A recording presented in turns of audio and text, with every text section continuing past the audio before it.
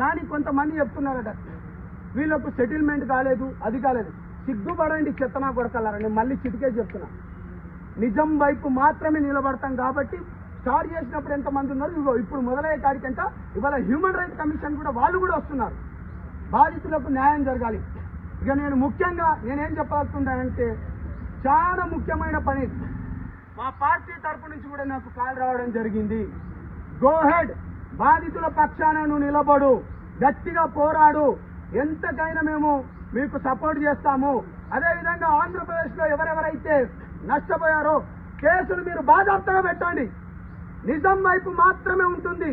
జనసేనతో పాటు గిరిజన సంఘాలైన మైదాన ప్రాంత సేవాలాల్ సేన అధ్యక్షుడు గౌరవనీయులు రఘురాం గారు, హనుమంత్ నాయక్ గారు, గిరిజన సంఘాల చైర్మన్ అశోక్ గారు, ఉస్మానియా బిడ్డ అయిన వినోద్ గారు, సంతోష్ గారు, అదేవిధంగా ఎల్హెచ్పిఎస్ నుంచి వచ్చిన రవణ గణేష్ కూడా, ఇవాళ గణేష్ నాయక్ బంజారా సంఘం కూడా ఇవాళ ఎందుకు ఇస్తున్నా అంటే నీతి నిజాయితీ ధర్మం వైపున్నాం.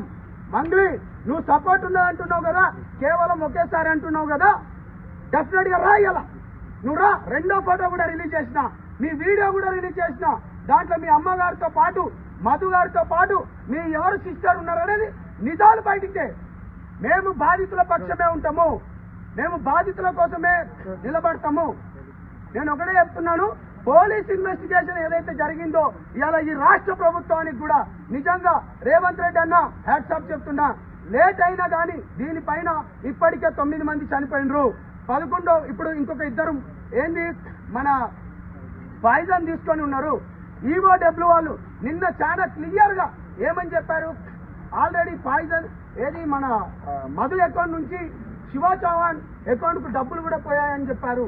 మేము ఎక్కడ నిందారోపణలో లేకపోతే మిగతాది ఏం చేయట్లేదు, నిజం వైపు మాత్రమే నిలబడుతున్నాం. పోలీస్ ఈఓడబ్ల్యూ అన్నది కూడా చేతులు ఎత్తి నిజంగా చెప్తున్నా, జనసేన పార్టీ నుంచి కావచ్చు కానీ నా తరపు నుంచి, సంపత్ నాయక్ తరపు నుంచి, అశోక్ తరపు నుంచి, మేము మిగతా వాళ్ళ తరపు నుంచి చేతులు ఎత్తి నమస్కరిస్తున్నాం.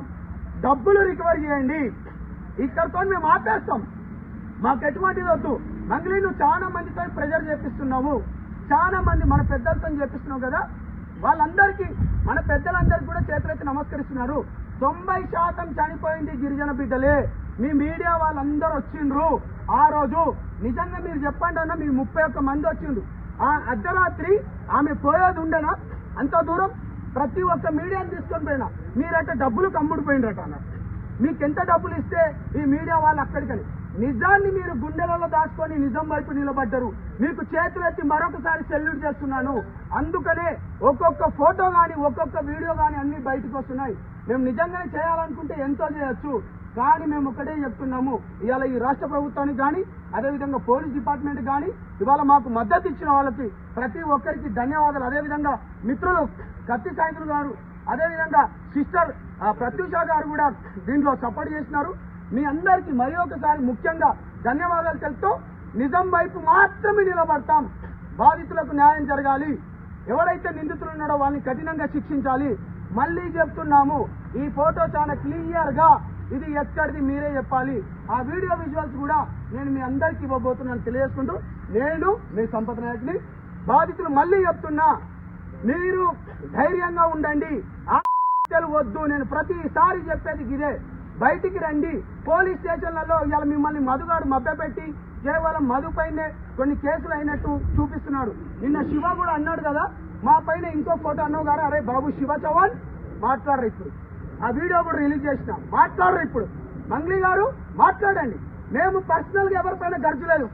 నీకు ఒకటే మాట చెప్పిన, దీంట్లో నువ్వు గాని ఉంటే తీవ్ర పరిమాణాలు ఉంటాయని ఆ రోజే హెచ్చరించిన. విజయవాడలో ఉన్నప్పుడు చాలా క్లారిటీగా మాట్లాడినా, ఆ తీవ్ర పరిమాణాలే ఇగో ఇవాళ నిజం వైపు నిలబడ్డవారు.